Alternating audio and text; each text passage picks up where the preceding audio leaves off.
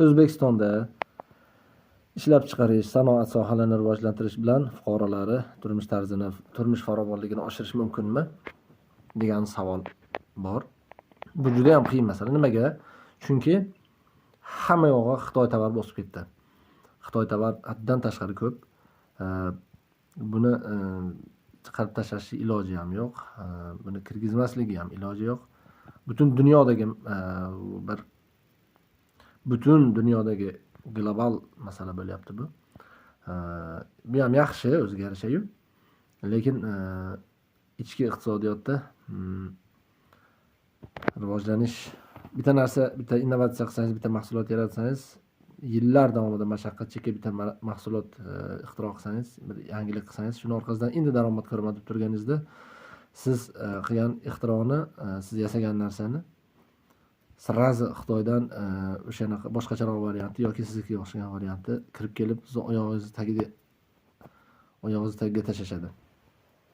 Natijada siz yana rivojlana olmay qolaverasiz yoki rivojlanayotgan joyingizda sinasiz.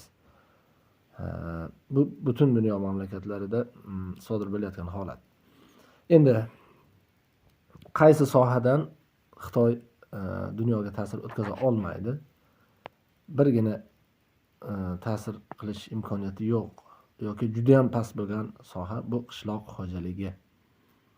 Qishloq xo'jaligi ham dunyoda juda katta kapitalga, juda katta qamrovga ega bo'lib, xomaki qishloq xo'jalik mahsulotlarining yer yuzida yetishtirilayotgan barcha qishloq xo'jalik mahsulotlarining qiymati 4 trillion 5 trillion dollarni tashkil etadi. Agar O'zbekistonda rivojlanish va dunyo bozorlariga mahsulot chiqarish va o'z o'rnimizni egallash borasida qandaydir ish qilishimiz kerak bo'ladigan bo'lsa, bu qishloq xo'jaligi sohasida bo'lishi shart.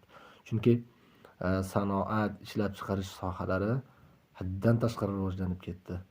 Sanoat sohalarida muayyan bir darajaga erishish, muayyan bir urovni egallash juda ham mushkul masala bo'lib turibdi.